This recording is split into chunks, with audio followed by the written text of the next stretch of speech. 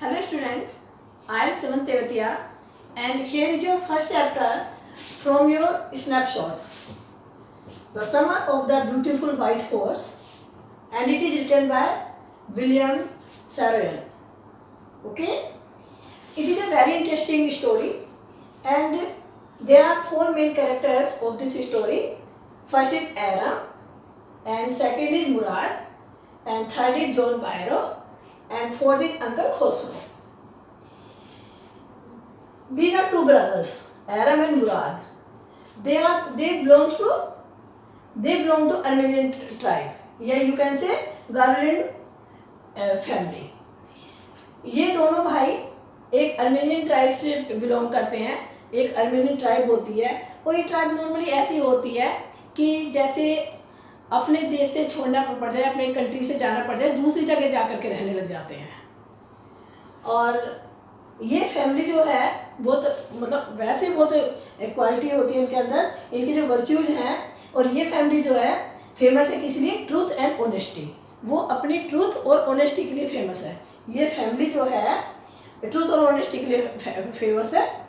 और इसमें जो अंकल खोसरो हैं ये थोड़ा क्रेजी टाइप हैं और you can say insane type है. और इनका एक ही वर्ड होता है, ये एक ही सेंटेंस बोलते हैं. तब भी इनसे कोई बात करता है तो एक ही सेंटेंस बोलते हैं, इट इज़ नो हार्म, पे नो अटेंशन टू इट, कि इसमें कोई नुकसान की बात नहीं है, इस तरफ ध्यान मत दो. इनसे कोई भी बात करे तो हमेशा ये कहते हैं कि इसमें कोई नुकसान की बात नहीं है, इस तरफ ध्यान मत दो. So students, let us start the story. The first paragraph is here. One day back there in old age, in the good old days, when I was 9 and the world was full of every imaginable kind of magnificence. तो यहाँ पे क्या कह रही है कि past time के वो अच्छे दिन थे, गुड डेज थे. पास्ट टाइम के वो अच्छे दिन थे when I was 9, यानी कि जब मैं 9 years का था. and world was full of very imaginable and magnificence. और जो वर्ल्ड था बहुत ही इमेजिनेशन से फुल था, यानी कि वो कल्पनाओं की दुनिया थी, वो इमेजिनेशन से फुल थी. And life was still a delightful and mysterious dream. और जो लाइफ थी वास्तव में वो कैसी थी? डिलाइटफुल. डिलाइटफुल का मतलब बहुत ही प्लेजर थी, बहुत ही सुखद थी. एंड मिस्टीरियस यानी कि एक रहस्य भरी थी, मिस्टीरियस टाइप थी. और मिस्टीरियस कैसे? एक ड्रीम टाइप थी, एक सपने की तरह थी. My cousin Murad, who was considered crazy by everybody who knew him except me. और जो मेरा भाई था, क्या कह रहा है एरम, जो कह रहे हैं कि जो मेरा भाई था मुराद, और उसको सब लोग क्रेजी मानते थे, यानी कि उसको सब एक्सेप्ट मी, यानी कि मेरे अलावा, यानी कि ये उसको क्रेजी नहीं मानता था, बाकी सब फैमिली में उसको क्रेजी मानते थे. Came to my house at 4 in morning. तो क्या कह रहा है ये कि ये मेरे घर आया सुबह 4 o'clock, यानी कि सुबह 4 बजे मेरे घर पर आया. And woke me up tapping on the window of my room. और मेरे रूम की जो विंडो थी उसे कहते हैं ना टैपिंग करके, खटखट की आवाज़ करके, और उसने मुझे जगाया. यहाँ पे एरम कह रहा है कि मुराद ने मुझे जगाया. एरम ही सेड, तो उसने आवाज़ लगाई इसको, Eram. I jumped out of bed and looked out of the window. अब ऐसी साउंड सुन करके, ऐसी आवाज़ सुन करके, वॉइस सुन करके जो ये एरम था एकदम अपने बेड से कूद कर विंडो की तरफ झाँक करके देखा. I couldn't believe what I saw. और मैं बिलीव नहीं कर सकता था कि जो मैं देख रहा था, जो मुझे दिख रहा था, जो मैंने देखा, उस पर मैं बिलीव नहीं कर रहा था. It was at morning jet. तो क्या करें, टाइम ऐसा था मॉर्निंग का 4 o'clock का. तो कह के अभी पूरी तरह सुबह भी नहीं हुई थी, यानी कि अभी सुबह हुई नहीं थी. बट इट वॉज समर, लेकिन समर का टाइम था, गर्मियों के दिन थे. And with daybreak not many minutes around the corner of the world, it was light enough for me to know I wasn't dream. लेकिन हाँ, जैसे ही हल्की सी रोशनी शुरू हो गई, जिसे हिंदी में बोलते पो फटते, यानी कि हल्की सी रोशनी शुरू हुई और वर्ल्ड के कोने कोने में रोशनी हो गई, लाइट हो गई. और उस लाइट में उसे पता चल गया कि वास्तव में मैं कोई ड्रीम नहीं देख रहा हूँ, यानी कि जो भी मैं देख रहा हूँ वो सच है, मैं ड्रीम नहीं देख रहा हूँ. और किसके बारे में? क्योंकि वहाँ पर एक ब्यूटीफुल हॉर्स उसको दिखाई दे रहा था. क्या दिखाई दे रहा था? ब्यूटीफुल वाइट हॉर्स दिखाई दे रहा था उसको. वाइट हॉर्स था वो. और अब उसे इतनी रोशनी हो गई थी, वो अब उसे पता चल गया था कि मैं कोई ड्रीम नहीं देख रहा हूँ, ये वास्तव में हॉर्स है। My cousin Murad was sitting on a beautiful white horse. तो क्या देखा उसने कि जो मेरा भाई है मुराद, वो एक सुंदर वाइट हॉर्स पर बैठा हुआ है।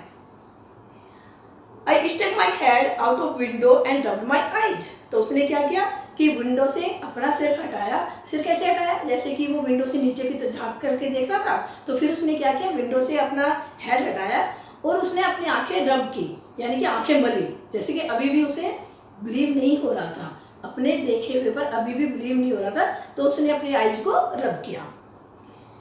Yes he said in Armenian. तो उसने अर्मेनियन लैंग्वेज में कहा उसने, yes it is a horse. उसने कहा हाँ ये हॉर्स है। यू आर नॉट ड्रीमिंग, तुम सपना नहीं देख रहे हो, ये वास्तव में हॉर्स है। रियलिटी में तुम ड्रीम नहीं देख रहे हो, तुम सपना नहीं देख रहे हो। Make it quickly if you want to ride. जल्दी करो, हरी अप। अगर तुम राइड करना चाहते हो, यानी कि उस हॉर्स की राइडिंग करना चाहते हो, तो जल्दी करो। I knew my cousin Murad enjoyed being alive more than anybody else who had ever fallen into the world by mistake, but this was no more than even I could believe। तो क्या करें, I knew my cousin मुराद, कि मैं अपने भाई cousin को जानता हूँ, अच्छी तरह से जानता हूँ। enjoyed being alive more than anybody, और उनसे भी ज़्यादा, किसी से भी ज़्यादा, else who had ever fallen into the world by mistake, जो दुनिया में गलती से पैदा हुए हैं। उसका ऐसा मानता है कि जो दुनिया में बाई मिस्टेक गलती से पैदा हुए हैं। But this was more than even I could believe, लेकिन मेरे लिए अनबिलीवेबल था, यानी कि मेरे लिए ये बात मतलब अविश्वसनीय थी, अनबिलीवेबल थी। In the first place my earliest memories had been memories of horses, यानी कि इन द फर्स्ट प्लेस, यानी कि सबसे पहली बात, सबसे पहले स्थान पर जो हम रखते हैं, फर्स्ट प्लेस पे रखते हैं, माई अर्लीस्ट मेमोरीज, यानी कि मेरी सबसे पहली जो मेमोरी थी वो हॉर्सेस के बारे में थी। जो मेरी अर्लीस्ट मेमोरी थी वो घोड़ों के बारे में थी, हॉर्सेस के बारे में थी। And my first longings had been longing to ride, और जो मेरी फर्स्ट लॉन्गिंग थी, मेरी फर्स्ट डिजायर थी, मेरी फर्स्ट इच्छा थी, वो थी उसकी had been longing to ride, यानी कि जो मेरी पहली इच्छा थी वो राइड करने की थी, कि मैं घोड़ों की घुड़सवारी करूं या हॉर्स की राइडिंग करूं, ये मेरी पहली इच्छा थी। यानी कि पहले स्थान पर मेरे लिए जो थे हॉर्सेस थे, उनकी मेमोरीज थी। This was the wonderful part, और जो मैं ये देख रहा था, या जो कंडीशन होकर के आई कि वो हॉर्स रहे, क्योंकि वे पुअर थे, फैमिली उनकी पुअर थी और हॉर्सेस उन्हें बहुत पसंद थे, लेकिन वो खरीद नहीं सकते थे।